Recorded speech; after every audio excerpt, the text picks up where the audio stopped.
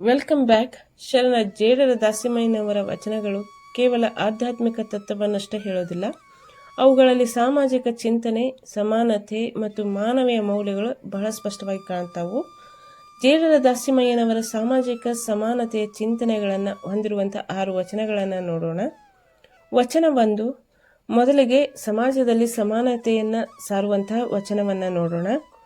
ಮಣಿಗಳ ಸೂತ್ರದಂತೆ ತ್ರಿನಯನ ನೀನಿಪ್ಪೆಯಯ್ಯ, ಎಣಿಸುವಡೆತನು ಭಿನ್ನ ಆತ್ಮನೊಬ್ಬನೇ, ಅನುರೇಣು ಮಧ್ಯದಲ್ಲಿ ಗುಣಭರಿತ ನೀನೆಂದು ಮಣಿಯೊತ್ತಿಪ್ಪೆನಯ್ಯ ರಾಮನಾಥ. ಮಣಿಗಳ ಸರದಲ್ಲಿ ಮಣಿಗಳು ಬೇರೆ ಬೇರೆ ಇದ್ರೂ ಅವುಗಳನ್ನು ಹಿಡಿದಿರುವ ದಾರ ಒಂದೇ. ಅದಕ್ಕೋಸ್ಕರ ಶರಣರು ಹೇಳೋದೇನೆಂದ್ರೆ, ಸಮಾಜದಲ್ಲಿ ಜಾತಿ, ವರ್ಣ, ಸ್ಥಾನಮಾನ ಬೇರೆ ಬೇರೆ ಇದ್ರೂ ಎಲ್ಲರೊಳಗಿನ ಆತ್ಮ ಒಂದೇ. ಇದು ಸಮಾಜದಲ್ಲಿ ಸಮಾನತೆ ಮತ್ತು ವಿಶ್ವಮಾನವ ಸಂದೇಶವನ್ನು ನೀಡುವಂಥ ವಚನವಾಗಿದೆ. ಇದೇ ರೀತಿ ಸಾಮಾಜಿಕ ಸಮಾನತೆಯನ್ನು ಸಾರುವಂಥ ಜೇಡರ ದಾಸಿಮಯ್ಯನವರ ಮುಂದಿನ 5 ವಚನಗಳನ್ನು ನೋಡೋಣ. ತಪ್ಪದ ಚಾನಲನ್ನು ಸಬ್ಸ್ಕ್ರೈಬ್ ಮಾಡಿ, ಹಾಗೆ ವಿಡಿಯೋನ ಲೈಕ್ ಮಾಡಿ. ವಚನ 2, ವಿನಮ್ರತೆಯು ನಿಜವಾದ ಜ್ಞಾನದ ಲಕ್ಷಣ ಅನ್ನೋದನ್ನು ಹೇಳುವಂತಹ ವಚನವನ್ನು ನೋಡೋಣ. ಇಂತೆಂದ ಭೂಮಿಯ, ಇಂತೆಂದ ಗಗನವ, ಇಂತೆಂದ ಸಪ್ತಸಾಗರವ, ಇಂತಿ ಲೋಕದೊಳಗೆ ತಿಂತಿಣಿಯಾಗಿಪ್ಪ ಅಚಿಂತನ ನಾರು ಬಲ್ಲರೈ ರಾಮನಾಥ. ಈ ವಚನದಾಗ ಜೇಡರ ದಾಸಿಮಯ್ಯನವರು ಹೇಳ್ತಾರೆ, ಜ್ಞಾನದಿಂದ ಅಹಂಕಾರವಲ್ಲ, ವಿನಮ್ರತೆ ಬರಬೇಕು. ಇತರರನ್ನು ಗೌರವಿಸುವುದೇ ನಿಜವಾದ ಜ್ಞಾನ. ಜ್ಞಾನ ಎಂದರೆ ತಿಳಿದದ್ದನ್ನು ಮಾತ್ರವಲ್ಲ, ತಿಳಿಯದದ್ದನ್ನು ಒಪ್ಪಿಕೊಳ್ಳುವ ಮನಸ್ಸಿರಬೇಕು. ವಚನ 3, ಒಂದೇ ಪರಮ ಸತ್ಯವನ್ನು ಸಾರುವಂತಹ ವಚನವನ್ನು ನೋಡೋಣ. ಎತ್ತನೇರಿದ ಕರ್ತನೊಬ್ಬನೇ ಜಗಕ್ಕೆಲ್ಲ, ಎತ್ತು ಬೆಳೆದ ಧಾನ್ಯವನುಂಬ ದೇವತೆಗಳೆಲ್ಲ ನಿಮ್ಮ ತ್ವತ್ತಿನ ಮಕ್ಕಳು ಕಾಣ ರಾಮನಾಥ. ಈ ವಚನದಾಗ ಶರಣರು ಹೇಳ್ತಾರೆ, ಜಗತ್ತಿನಲ್ಲಿ ಭಿನ್ನತೆಗಳು ಅನೇಕ, ಅದರ ಮೂಲ ಸತ್ಯ ಒಂದೇ. ಸತ್ಯವನ್ನು ಅರಿತವನು ಅಹಂಕಾರವನ್ನು ತ್ಯಜಿಸುತ್ತಾನೆ, ಎಲ್ಲರನ್ನು ಸಮಾನವಾಗಿ ನೋಡ್ತಾನೆ, ಆಗ ಶಾಂತಿಯನ್ನು ಪಡಿತಾನೆ. ಇದೇ ಸಮಾಜದಲ್ಲಿ ಧರ್ಮಭೇದ ಮತ್ತು ಮತಭೇದಗಳನ್ನು ಕಡಿಮೆ ಮಾಡುವಂಥ ಸಂದೇಶವಾಗಿದೆ. ಅಂದರೆ ಎಲ್ಲ ಧರ್ಮಗಳು ಕೊನೆಗೆ ಒಂದೇ ಸತ್ಯದತ್ತ ಕರೆದೊಯ್ತಾವ.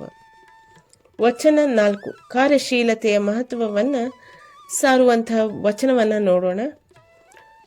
ತಿವಿಕುಳ್ಳಿರ್ದ ಸಭೆಯೀಯ ಬಲ್ಲುದೇ ದಾನವ, ಸಾವರಿ ಸಂಗ್ರಾಮಕ್ಕೆ ಹೋದವರೆಲ್ಲ ಇರಿಯಬಲ್ಲರೆ, 100ಕ್ಕೊಬ್ಬ ಸಹಸ್ರಕ್ಕೊಬ್ಬ, ಹುಣಸೆಯ ಹೂವೆಲ್ಲ ಕಾಯಾಗಬಹುದೇ ರಾಮನಾಥ. ಈ ವಚನದಾಗ ಜೇಡರ ದಾಸಿಮಯ್ಯನವರು ಸಮಾಜದಲ್ಲಿ ಮಾತನಾಡುವವರು ಅನೇಕರಿದ್ದಾರೆ, ಆದರೆ ನಿಜವಾಗಿ ಕೆಲಸ ಮಾಡುವವರು ಮಾತ್ರ ಕೆಲವರಿದ್ದಾರೆ. ಸಮಾಜದಲ್ಲಿ ಅಭಿವೃದ್ಧಿಗೆ ಕಾರ್ಯ, ಪರಿಶ್ರಮ, ಹೊಣೆಗಾರಿಕೆ ಇವೆಲ್ಲವೂ ಅತ್ಯಂತ ಅಗತ್ಯವಾಗಿದೆ ಎಂಬುದನ್ನು ಹೇಳುವಂಥ ವಚನವಾಗಿದೆ. ವಚನ 5, ಪ್ರಕೃತಿಯ ಗೌರವಕ್ಕೆ ಪಾತ್ರವಾಗಿದೆ ಅನ್ನೋದನ್ನ ವಚನ. ಧರಣಿಯ ಪಸರಿಸಿ ಉರಗನ ನಡಿಯಿಟ್ಟು ಶರಧಿ ಏಳಕ್ಕೆ ಏರಿದನು, ಒಕ್ಕುಡಿತ ಉದಕವ ಹರಿಯಜ ಸುರರಿಗೆ ಪರಿಪರಿಯ ಲೋಕವ ಕೊಟ್ಟು ಅರಿಯದಂತಿರದ ಕಾಣ ರಾಮನಾಥ. ಈ ವಚನವು ಪ್ರಕೃತಿಯ ಮಹತ್ವವನ್ನು ತೋರಿಸುತ್ತದೆ. ಭೂಮಿ, ನೀರು, ಸಾಗರಗಳು ಇವೆಲ್ಲವೂ ಮಾನವನ ಬದುಕಿನ ಆಧಾರ. ಅದಕ್ಕಾಗಿ ಪ್ರಕೃತಿಯನ್ನು ಗೌರವಿಸಿ ಮತ್ತು ಸಂರಕ್ಷಿಸಬೇಕು. ವಚನ 6, ವಿಶ್ವದ ಸಮತೋಲನವನ್ನು ಸಾರುವ ವಚನ. ಶರಧಿಯ ಮೇಲೆ ದರೆ ಕರಗದಂತಿರಿಸಿದೆ, ಅಂಬರಕ್ಕೆ ಗದ್ದುಗೆ ಬೋದುಗೆ ಇಲ್ಲದಂತಿರಿಸಿದೆ, ಎಲೆ ಮೃಡನೆ ನೀನಲ್ಲದೆ ಉಳಿದ ದೈವಗಳಿಗಹುದೇ ರಾಮನಾಥ. ವಿಶ್ವದಲ್ಲಿ ಎಲ್ಲವೂ ಒಂದು ಸಮತೋಲನದಲ್ಲಿ ನಡೆಯುತ್ತಿದೆ. ಸಮಾಜದಲ್ಲಿ ನ್ಯಾಯ, ಸಮಾನತೆ, ಸಹಕಾರ ಇದ್ದಾಗ ಮಾತ್ರ ಸಮತೋಲನ ಸಾಧ್ಯ ಎಂದು ಶರಣರು ತಿಳಿಸುತ್ತಾರೆ. ಜೇಡರ ದಾಸಿಮಯ್ಯನವರ ವಚನಗಳು ಸಮಾಜಕ್ಕೆ ನೀಡುವ ಪ್ರಮುಖ ಸಂದೇಶಗಳೆಂದರೆ, ಎಲ್ಲ ಜನರು ಸಮಾನರು, ಜ್ಞಾನಕ್ಕೆ ವಿನಮ್ರತೆ ಅಗತ್ಯ, ಧರ್ಮಗಳ ಮೂಲ ಸತ್ಯ ಒಂದೇ, ಕಾರ್ಯಶೀಲತೆ ಸಮಾಜದ ಪ್ರಗತಿಗೆ ಅಗತ್ಯ, ಪ್ರಕೃತಿಯ ಗೌರವ, ಸಮಾಜದಲ್ಲಿ ಸಮತೋಲನ ಮತ್ತು ನ್ಯಾಯ.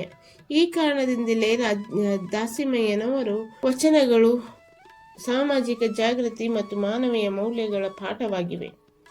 ಈ ವಿಡಿಯೋ ಬಗ್ಗೆ ನಿಮ್ಮ ಅನಿಸಿಕೆಯನ್ನು ಕಮೆಂಟ್ ಮೂಲಕ ತಿಳಿಸಿ. ಹಾಗೆ ಶರಣರ ವಚನಗಳಿಗಾಗಿ ಚಾನಲನ್ನು ಸಪೋರ್ಟ್ ಮಾಡಿ, ಲೈಕ್ ಮಾಡಿ, ಶೇರ್ ಮಾಡಿ ಮತ್ತು ಸಬ್ಸ್ಕ್ರೈಬ್ ಮಾಡಿ. Thank you for watching.